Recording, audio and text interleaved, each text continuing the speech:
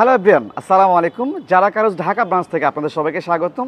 তো যারা আপনারা সাতখোলা স্পোর্টস কার নিতে চাচ্ছেন তাদের জন্য কিন্তু আজকের ভিডিওটি বেস্ট হতে যাচ্ছে, কারণ আজকে আমি যে গাড়িটি রিভিউ করছি নর্মালি কিন্তু মাজদা MX-5 কিন্তু ম্যানুয়ালি কিন্তু সাতটা ওপেন করতে হয়, বাট আজকে আমি যে গাড়িটা রিভিউ করছি এটা কিন্তু অটোমেটিক্যালি কনভার্টেবল, মানে সুইচ প্রেস করবেন অটোমেটিক কিন্তু সাতটা কিন্তু ওপেন হয়ে যাবে, আবার সুইচ প্রেস করবেন অটোমেটিক সাতটা কিন্তু ক্লোজ হয়ে যাবে। তো যারা আপনারা এই ইউনিক টাইপের গাড়িগুলো কিনতে চাচ্ছেন তারা কিন্তু সরাসরি আমাদের যারা কারোজ ঢাকা ব্রাঞ্চে ভিজিট করে দেখতে পারেন, কারণ আমাদের কাছে বর্তমানে এই ওয়ান পিস কালেকশন রয়েছে। এটা কিন্তু ডায়াসু কোপেন মডেলের গাড়ি, 2014 মডেল। এটা কিন্তু আনরেজিস্টার্ড, আপনাদের কিন্তু কেনার পরে রেজিস্ট্রেশন করে নিতে হবে। তো যারা আপনারা এই স্পোর্টস কার নিতে চান একদম কিন্তু রিজনেবল প্রাইসের মধ্যে কিন্তু পেয়ে যাবেন।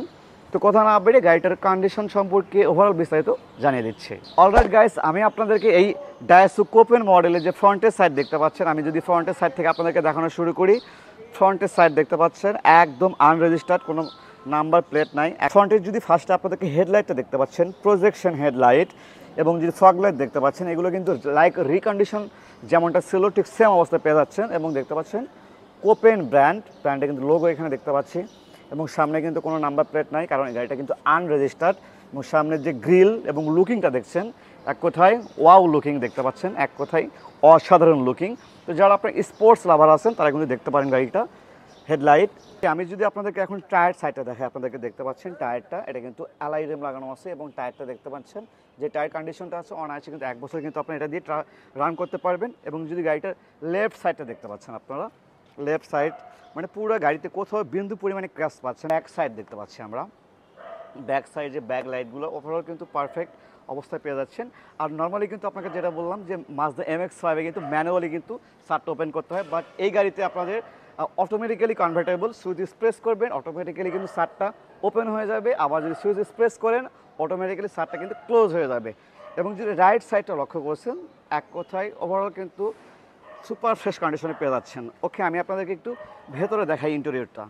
আমি এখন আপনাদেরকে গাড়িটির ইন্টেরিয়রটা দেখাচ্ছি। দেখতে পাচ্ছেন এক কথায় ডায়াসু ব্র্যান্ডটা আসলে টয়োটা সাব ব্র্যান্ড। তো ভেতরে যে কন্ডিশনটা আপনাদেরকে দেখাই, ড্যাশবোর্ডটা দেখতে পাচ্ছেন, ড্যাশবোর্ড এবং টিভিটা দেখতে পাচ্ছি, টিভিটা কিন্তু অরিজিনাল জাপানিটা রয়েছে। এবং যে এসি কন্ডিশনের কথা বলি এক কথা সুপার হাইস্কুল কিন্তু পেয়ে যাচ্ছেন। এবং যদি ভেতরে ডোরগুলোর কথা বলি, ডোরগুলো কিন্তু অটোমেটিক্যালি টোটাল গাড়িটা কিন্তু অটোমেটিক্যালি কিন্তু কাজ করে।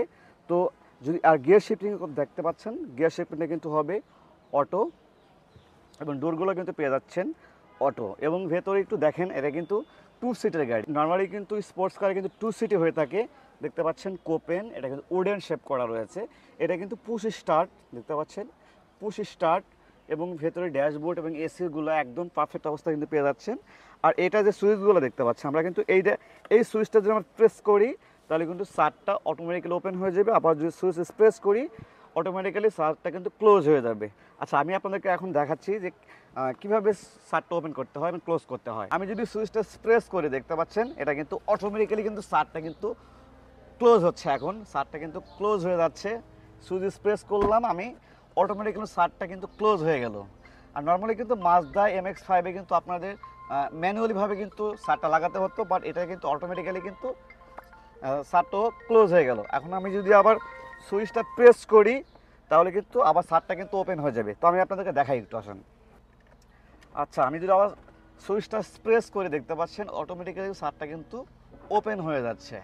তো দেখতে পাচ্ছেন যারা স্পোর্টস লাভার আছেন তারা কিন্তু গাড়িটা নিতে পারেন একদম রিজনেবল প্রাইসের মধ্যে কিন্তু আমরা যারা কারোজ থেকে দিচ্ছি গাড়িটা। তো দেখতে পারেন গাড়িটা আপনারা। তো এখন আমি আপনাদেরকে গাড়িটার ইঞ্জিনটা দেখতে পাচ্ছেন, ইঞ্জিনটা কিন্তু 600 সিসি টার্বো ইঞ্জিন, মানে 650 সিসি যখন টার্বো করবেন আপনি কিন্তু ডাবল হয়ে যাবে, মানে 1300 সিসি হয়ে যাবে। যদি সাইডগুলো দেখতে পাচ্ছেন, সাইডে কিন্তু বিন্দু পরিমাণে ক্র্যাশ নাই, কোনো প্রকার অ্যাক্সিডেন্ট হিস্ট্রি তো নাই। তো এক কথায় কিন্তু পারফেক্ট অবস্থায় কিন্তু পেয়ে যাচ্ছেন। তো যারা আপনারা এইগুলো স্পোর্টস কার নিতে চান তারা কিন্তু দেখতে পারেন।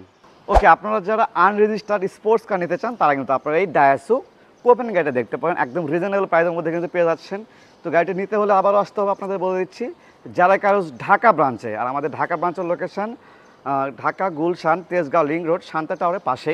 তো এই অবস্থায় কিন্তু আমরা এই গাড়িটার আস্কিং প্রাইস রেখেছি মাত্র 24,50,000 টাকা, কিন্তু আপনারা এই convertible auto convertible sports car পেয়ে যাচ্ছেন। আজকের ভিডিও পর্যন্ত, সে ভালো থাকবেন, সুস্থ থাকবেন, আল্লাহ হাফেজ, আসসালামু আলাইকুম।